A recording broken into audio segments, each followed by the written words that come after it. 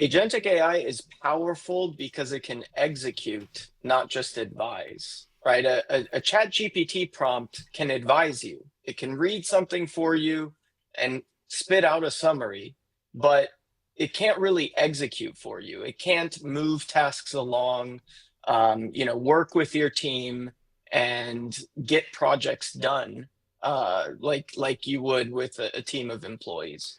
Right. So there's like we've heard about the claws like OpenClaw, but there's some others out there, and then tools like BMAD for product development, and there are all these other sort of tools that are emerging that I think most non-technical people have not been really introduced to because it's difficult for them to access and them to use. Yeah, how would you describe those tools, and why is it difficult for like a non-technical person to sort of start using one? Well, the first challenge with the ecosystem of let's call them the open claws or the paper clips or all of these tools that are floating around and coming out, almost every other week, it seems, is the fact that there's so many of them.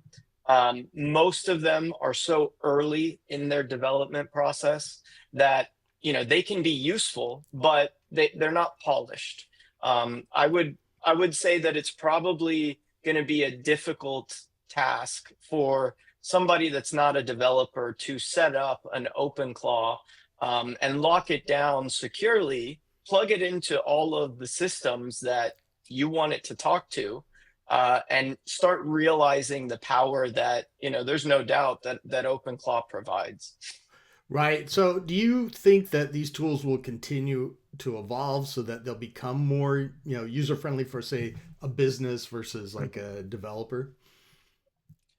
Absolutely. Like we're still early, and you see this with other categories of tools. The very first people to use them are usually going to be developers because, like I said, there's some debugging involved, there's some manual wiring involved, but just like other systems have evolved, I think we will see the day where it's basically one-click install with these things.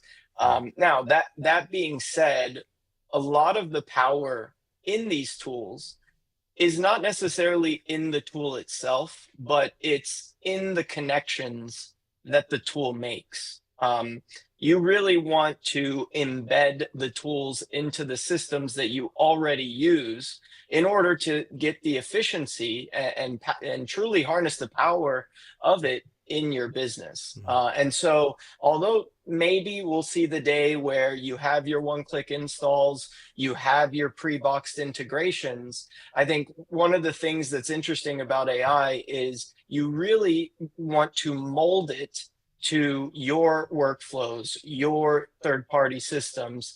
And so I think that there will always be a little bit of finessing involved in really like gaining the benefit fully of the AI agent tools. Yeah, right. It's like something that's out of the box versus maybe something that's open source that a company like ours could take and customize either for ourselves or for our clients, and then create something much more powerful, much more bespoke for the organization we're dealing with, right? Yeah, like an example that I would use that I think is very familiar to people is an ERP, right? You might find an ERP that you love, that manages inventory exactly the way that you want it to. You love the rules that you can build into it, but what good is that ERP if you can't connect it to your shopping platform, to your shopping cart platform? Right. Yeah, of course. So the same way, if you can't connect an agent to your systems that, you know, essentially you use to make money, then you're not going to be able to sort of benefit from the power of it. Yeah. So And even even beyond the systems, because I think that's a critical piece of it.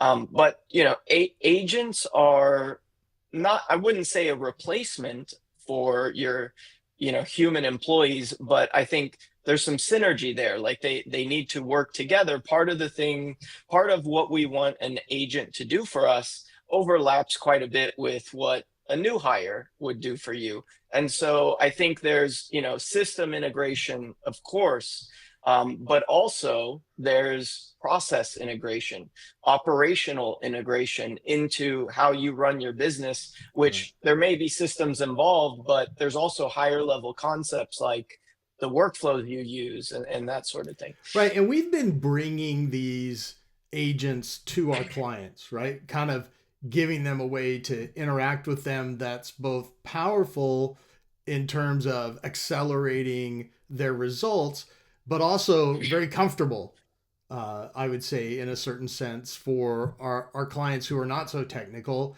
but who have product responsibilities. Do you have an example of that? For sure. So, yeah, I'll just take an example of a typical software team, product software team working together to maintain an application that's live, right? So typically what's going to happen there is you have real users interacting with the product, and every once in a while they're going to come across a bug. Okay. That bug has to make its way to the support team. The support team has to forward that bug to the product team. And their first instinct is going to be, I have no idea what's causing this issue. Let me see what a developer thinks about it. And the reason that they immediately go to that is because what's important to them is knowing, do we have any idea what's causing it? Is it going to be a big deal to fix? They need these inputs in order to make a decision on where to place the bug. Is it something that needs to be worked on today? Is it something that can hold off until the end of the quarter? So you basically have this situation where you need that developer feedback, just even if it's just a quick look Right. immediately, in order to be able to put the bug where it needs to go. Now, immediate feedback from a developer, that means interruptions. So one of the things that we did for one of our clients is we took the existing workflow, which was product reaches out to a developer, usually in a Slack message. The developer stops what they're doing, takes a look, tries to understand what might be causing the bug. They might fix it immediately, or they might say, hey, I need some more time, and they'll create something in the bug tracker to be prioritized later and worked on. So what we did is we said, well, what if we could put an agent at the front lines of bug triage?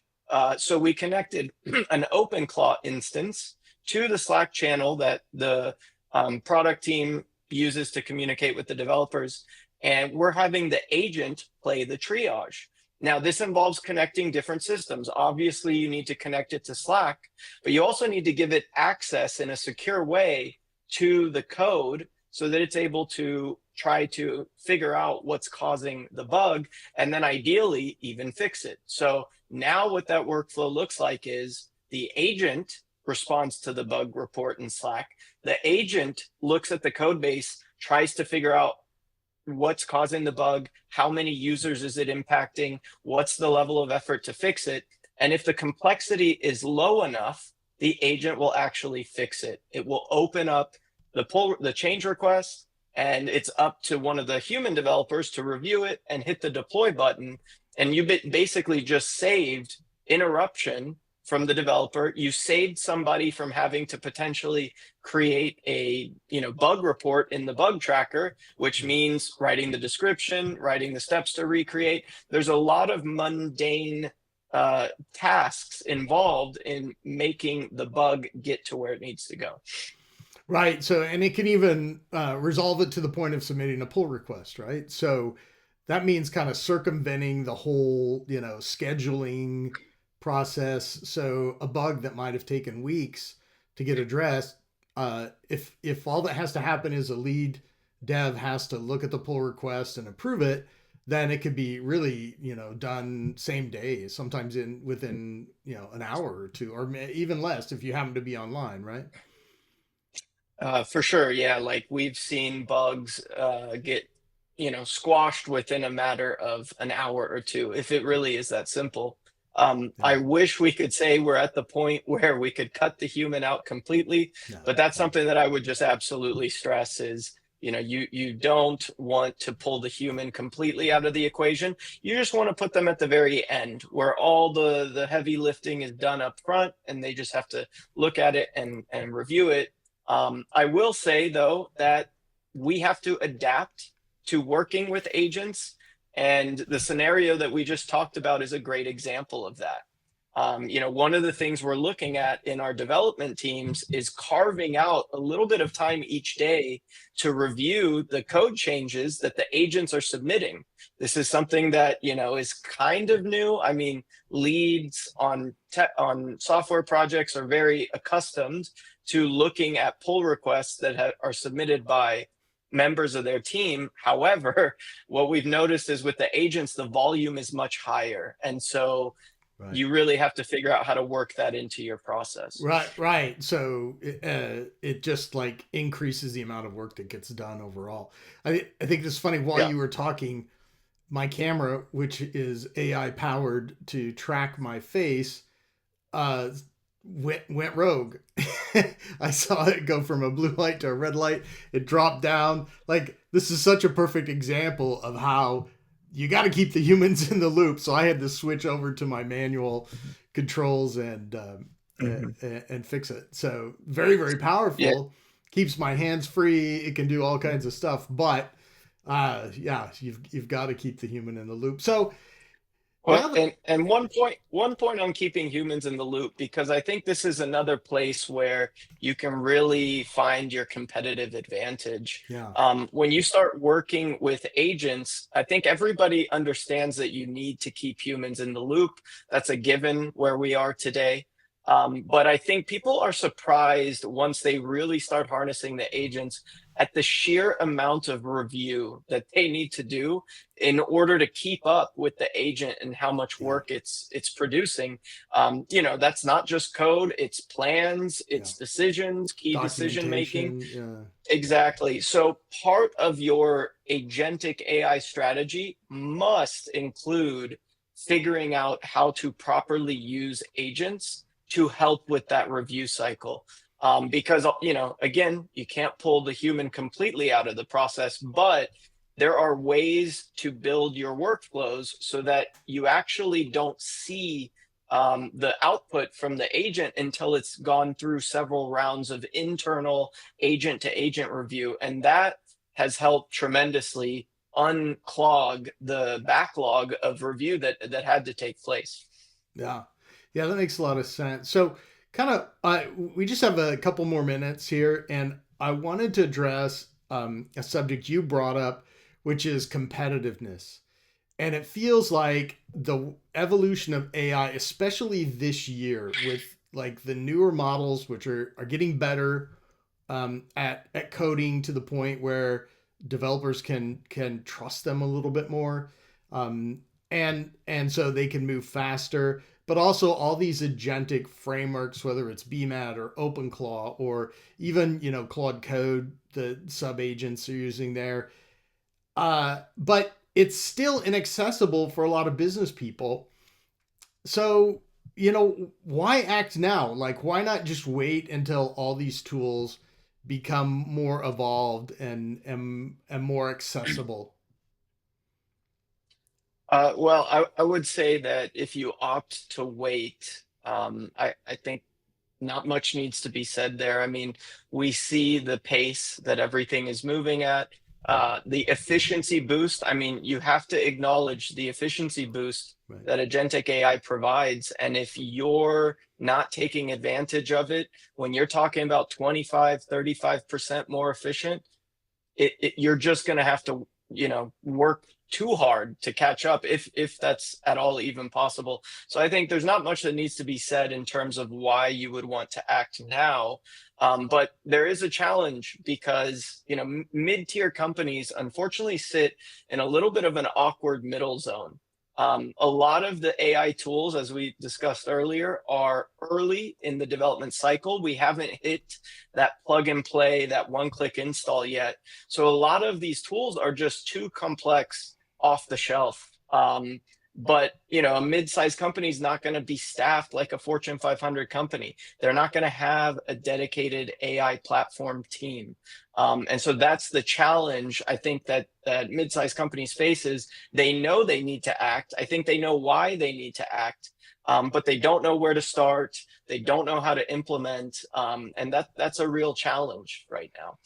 Yeah, and I think that's one of the reasons that we acted on this is honestly, for selfish reasons, we want to keep our clients profitable. We want to keep them ahead of the game so that we have a client to work with. And the basis of competition is increasing so quickly that we've got to reach out, we've got to make them more efficient, or they're just going to get run over, like you said, by maybe larger companies that have better staffing and can spend more time on this. But even smaller companies whose operations may be so simple that the gain from AI is not that big, and they can be a threat as well. So Mhm. I think the lesson is you got to work with an agency, whether you're doing software development, e-commerce support, whatever it is that your technical team does for you. You want to make sure you're working with one that is able to provide you access to these tools so that you can really move faster. And I would say, we use BMAD quite extensively on the product side of the house here. And our team has gone from literally taking, days, maybe even weeks to do a discovery project where we can really do it with a couple of hours with the client and a couple of hours of prep. Obviously you got to apply some expertise and there's some teamwork that goes on because honestly, like getting everything ready is more complex than just like putting together a Google Doc or something like that. Now we have to get all the information ready for the tool. But once we've done that and we've kind of gone through that process, we're able to move 3, 4, 5 times as fast. It's not a small increase. And because Yeah. there's this big increase, you don't want to be on the wrong side of that divide. You want to be, ahead of it, as far ahead of it as you can get, because we can see where this is going now. Yeah, I mean, faster pace of progress, higher level of detail, higher level of accuracy, higher level of reliability. When harnessed correctly, I think all those things become a reality. Right. But the challenges are real. And, I think that one of the things that is pretty difficult is breaking out of being stuck in the gap between experimentation and scaled deployment. I think it's not that difficult to throw together an AI science experiment to get it to do something cool. I think Right. if you spent, unless you've been living under a rock, you've tried something and you've been amazed by what the agent was able to do for you. But it's a totally different, it's a totally different idea to scale that out and deploy it company wide. I think I came across a McKinsey survey in 2025 that basically said 88% of organizations are reporting regular AI use in at least one function. I don't think that stat will surprise anybody, but here's the stat that I found more interesting is that only 1/3 of those companies have actually begun scaling AI at the enterprise level. So a small fraction of the companies that actually used AI had figured out how to operationalize it and scale it. And so I think that's where that's where people need the most help right now. Right. And even if you're not one of those companies, the way to do it, work with Razoyo, work with somebody that can help you actually take advantage of it and improve the productivity throughout your organization by implementing these tools and having a strategic plan. Otherwise, you kind of can end up working at cross purposes. So Yeah, it's kind of like having an AI platform team for hire.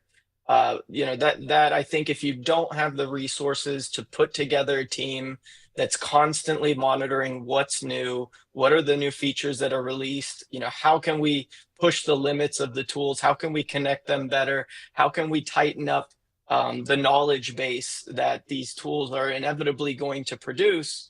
If you don't have a team that's really focused and dedicated to making that happen, you know, that's where you start to fall behind. So I think you know, having a AI platform team for hire just allows you to kind of take all the accumulated knowledge that our team has acquired just by experimenting, implementing, deploying, and being able to benefit from that shared knowledge.